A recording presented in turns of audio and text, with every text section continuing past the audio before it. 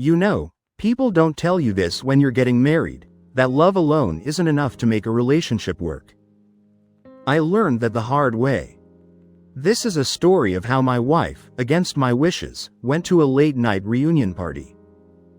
And how her confession the next day shattered my world. If you're watching this, make sure to hit the like button and subscribe if you enjoy stories like this.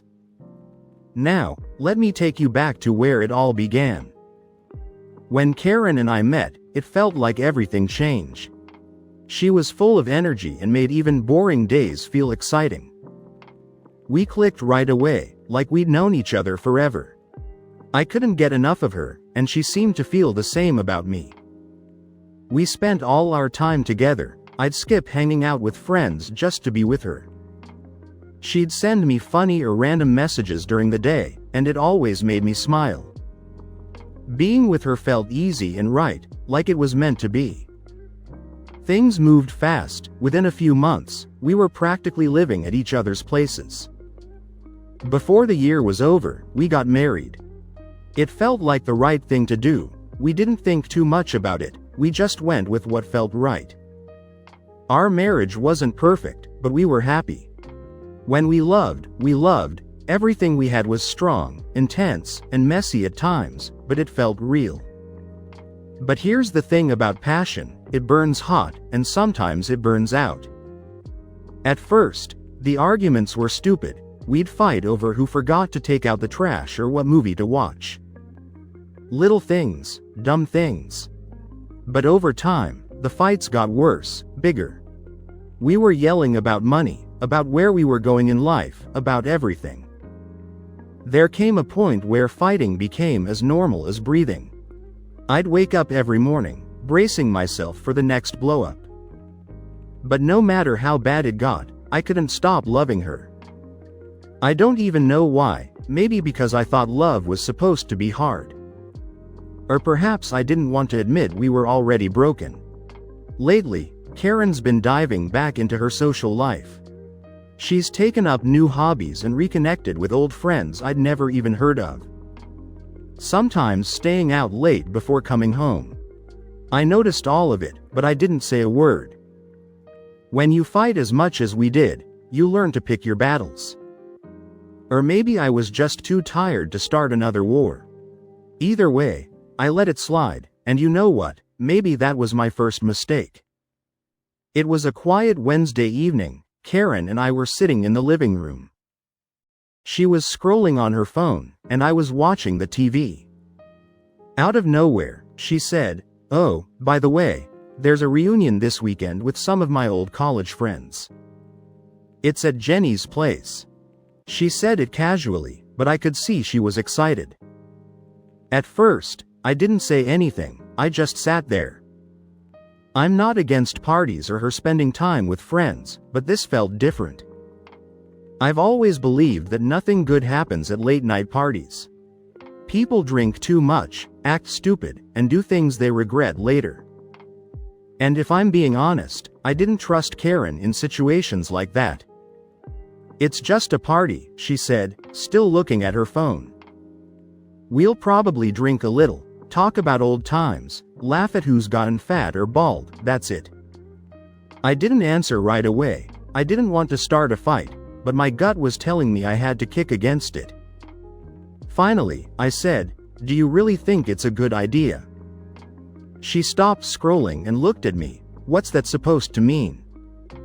I took a deep breath and tried to explain myself. "I just think, you're married now, these late-night things, it's not the same anymore." She laughed. "What's not the same about it? They're my friends, Josh, it's not like I'm sneaking off to meet someone." That stung. I'm not saying that, but these parties, things happen. People drink too much and talk too much, it's easy for lines to get crossed. Her face changed, and I could see she was getting angry. "So you don't trust me, that's what this is about, isn't it?" I didn't know how to answer. If I said yes, I'd be accusing her of something she hadn't done. If I said no, I'd be lying. So I told the truth. "I don't know, maybe I don't, not in situations like this." I knew as soon as I said it that it was the wrong thing to say. Her voice got louder, and her words came faster. "You're unbelievable. I'm not a child, Josh. I don't need your permission to go out." The argument got worse from there. I tried to explain that I wasn't trying to control her. I just didn't feel comfortable with her going.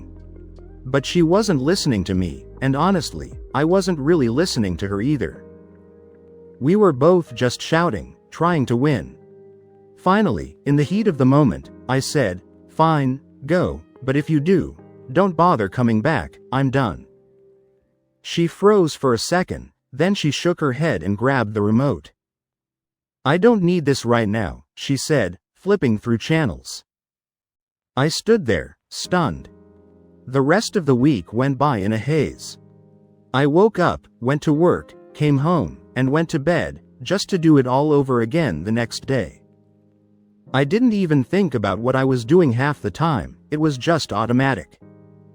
I'd stare at my computer at work for hours, pretending to focus. But my mind kept drifting back to Karen and the fight we'd had about the party. At home, things weren't much better. Karen kept herself busy, which wasn't unusual these days.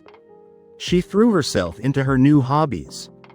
It was like she was trying to fill every minute of her time so she wouldn't have to deal with me. We barely talked, except for the basic stuff. "Dinner's ready. Did you pick up the dry cleaning? Good night." Those were about the only words we exchanged.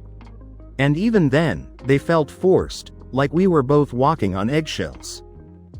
The weekend came faster than I expected. One moment, it was Thursday, and I thought I had time to talk her out of going. Then suddenly, it was Saturday night, and Karen was standing in front of the mirror, brushing blush across her cheeks. She didn't even glance my way. I leaned against the door frame, arms crossed, and watched her get ready. She was wearing that tight black dress, the one she hadn't worn in years. It used to be her favorite back when we'd go out more often. The dress hugged her body in all the right ways. The kind of outfit designed to draw attention. She paired it with heels, which surprised me. Karen hated wearing heels. She'd complain about how they pinched her toes or made her back hurt. Yet there she was, slipping them on. "You're really going all out, huh?" I muttered, not sure if I was asking or accusing. She didn't answer right away. Instead, she smoothed the dress over her hips and tugged at the hem, like it was suddenly too short. Then she caught my eyes in the mirror, her reflection sharp and unreadable. "It's just a reunion, Phil, don't make it a big deal." Her tone wasn't harsh, but it wasn't soft either. It was that clipped, indifferent voice she used when she wanted to end a conversation before it even started. I wanted to say something, but what was I supposed to say? "You look too good to leave the house," that'd make me sound jealous. "You really need to dress like that for a bunch of old college friends," that'd start an argument. So I just stood there, trying to keep my face neutral. When she walked out the door, my heart sank. Not just because she looked amazing and I knew other people would notice, but because she left without hesitation, like she didn't care how I felt about it. I stayed up waiting for her to come back. The TV was on, but I wasn't watching it. I kept glancing at the clock. Midnight came and went. By 2 a.m., I heard the front door creak open. She stumbled in, her heels clicking unevenly on the tiles. She reeked of alcohol, and her hair was a mess. "Karen," I called out. She mumbled something about being tired and waved me off, heading straight to the bedroom without even looking at me. I sat there on the couch, my thoughts racing. I wanted to march in there and give her a piece of my mind. Let her know how much it hurt watching her disrespect me. But what was the point? So I stayed where I was, silent, staring at the wall like it had all the answers I didn't. I woke up early that morning, way before the sun. The house was quiet. I just sat there on the edge of the bed, staring at the suitcase. This wasn't the first time I'd thought about leaving. It wasn't even the first time I'd packed a bag.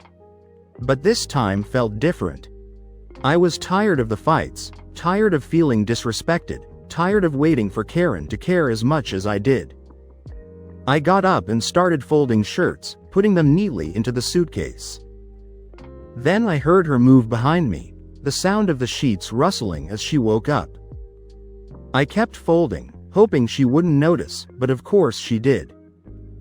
"Josh," she said, her voice groggy, "what are you doing?" I didn't answer. I couldn't look at her, I just kept folding. She sat up, and I could feel her staring at me, trying to figure it out. Then, like a switch flipped, her voice changed, she sounded panicked. "Wait," she said, getting out of bed, "Josh, stop, please, don't do this." That's when she said it. I shouldn't have gone. I regretted it the second I got there. I froze, my hand still holding a folded shirt. I wasn't expecting that, honestly, I didn't know what to expect. An argument, an excuse, but not that. She sat down on the bed, her head in her hands, and started crying. Not loud or dramatic, just quiet tears, the kind you try to hold back but can't. And then she started talking. She told me the party wasn't what she thought it would be. She said her friends pressured her all night. Made her try weird, gross foods and pushed her into games that crossed every line of decency. And the conversations, she said they were awful. Full of things she didn't want to hear or be part of. I felt trapped, she said. I couldn't leave without looking weak or boring. She looked up at me, tears streaming down her face. "I didn't mean for it to go this way," she said. "I just wanted to feel like myself again." That line stuck with me. I just wanted to feel like myself again. I stood there, looking at her, trying to feel something, anger, sadness, sympathy, anything. But I didn't feel any of it. I was just empty, like there was nothing left. She begged me to stay, she promised things would change. That she'd never do anything like this again. And maybe once upon a time, I would have believed her. But not anymore. I zipped up my suitcase, ignoring her pleas. She grabbed my arm again, tighter this time, but I gently pulled away. "Josh, please," she whispered. I looked at her one last time, not angry, not yelling, just sad. Sad because I knew it was over. Sad because I'd loved her, but that love wasn't enough anymore. I walked out the door. I don't know if leaving was the right choice. Maybe I'll regret it tomorrow, or maybe not. All I know is that I couldn't stay, not like this. The constant disrespect, the fights over things that didn't matter but somehow meant everything. The way we always seemed to be on opposite sides. It was eating me alive. Separating felt like the only way to stop the toxicity before it drowned us both. I kept thinking, maybe this is the first step to fixing things. Or maybe it's the first step to ending them for good. I don't know yet. Right now, I just need space to think, to breathe. To figure out who I am without the constant noise of our arguments ringing in my ears. If I can bear the pain of being apart, maybe I'll find a way to forgive her, to rebuild. But if the distance makes it clearer that we're better off apart, then maybe I'll end it legally, not today, not tomorrow, but someday, if that's what it takes. I can't tell if I'm being brave or if I'm just running away from my problems. I can't tell if I'm protecting myself or giving up too soon. And that's where I need you, yeah, you watching this right now. What would you do if you were in my shoes? If the person you love is also the person who's tearing you apart? How do you decide whether to fight for it or walk away? I'm driving to nowhere right now, just the open road, my thoughts, and this unbearable heaviness sitting on my chest. Maybe you can help me see what I can't. So what would you do? Would you stay, try to fix it, and risk losing yourself in the process? Or would you leave, knowing that letting go might mean losing something you'll never get back. Tell me, I want to know, because honestly, I don't have the answers. And right now, I don't even know if I want to find them. Love isn't supposed to feel this heavy, right? Or maybe it is, and I just wasn't strong enough to carry it. Either way, I might need to let go, for her, for me, for both of us.